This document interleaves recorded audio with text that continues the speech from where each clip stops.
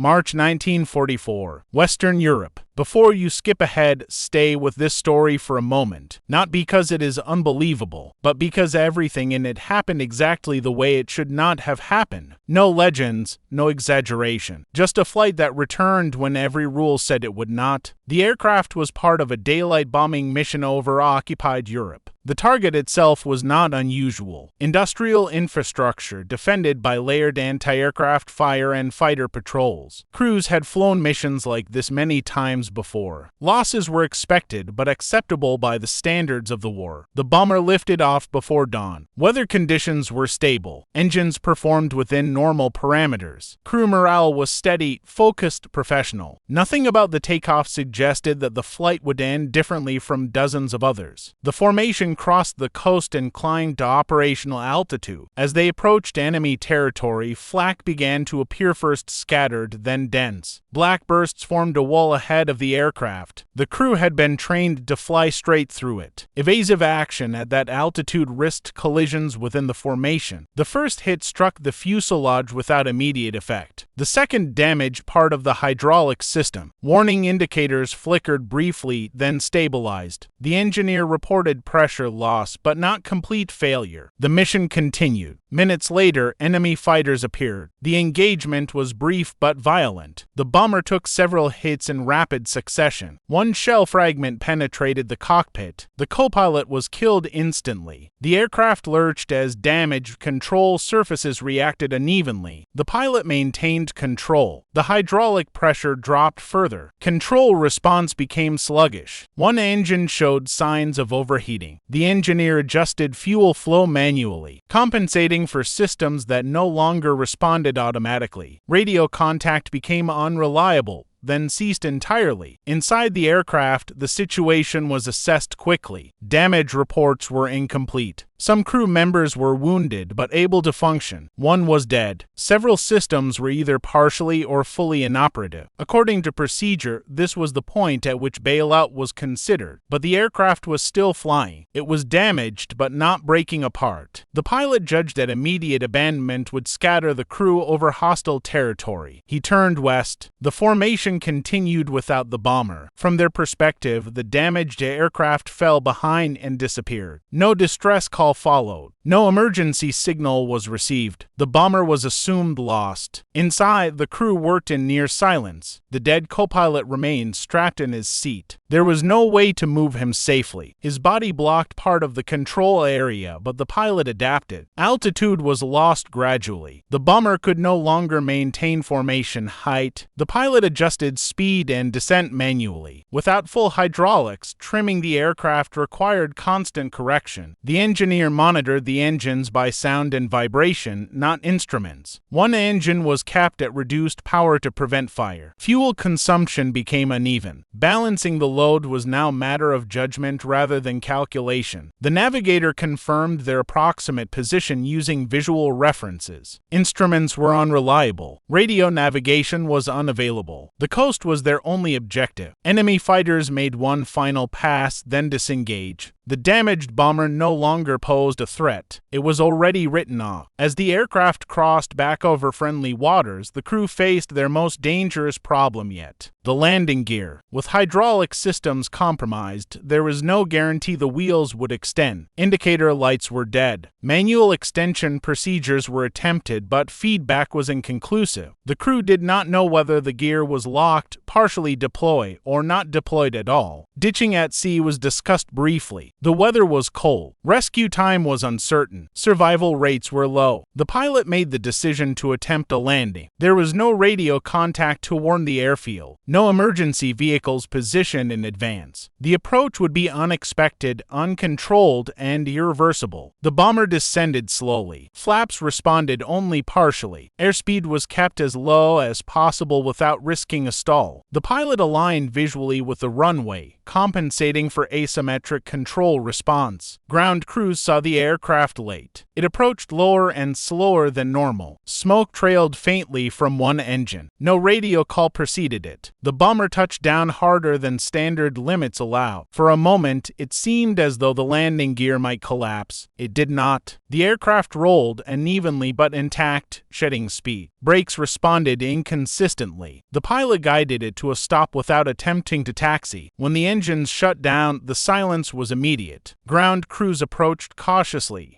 expecting fire or collapse. Instead, they found an aircraft riddled with damage, one crewman dead in the cockpit, and the rest of the crew still seated, still processing what had just happened. According to every expectation, the bomber should have been lost over enemy territory. According to every procedure, the crew should have abandoned it. According to probability, it should not have landed. But it did, and only later would investigators begin to understand how close the aircraft had come to disintegration at multiple points during the flight. This was not a miracle. It was a narrow margin held together by discipline, experience, and decisions made when there were no good options left. After the engines were shut down and the crew finally climbed out of the aircraft, the scale of the damage became clearer for the first time. From the outside, the bomber looked as if it had been dragged through a storm of steel. The fuselage was punctured in dozens of places. Control surfaces were scarred and partially torn. One wing bore long blackened streaks where fire had almost taken hold. Maintenance crews moved carefully,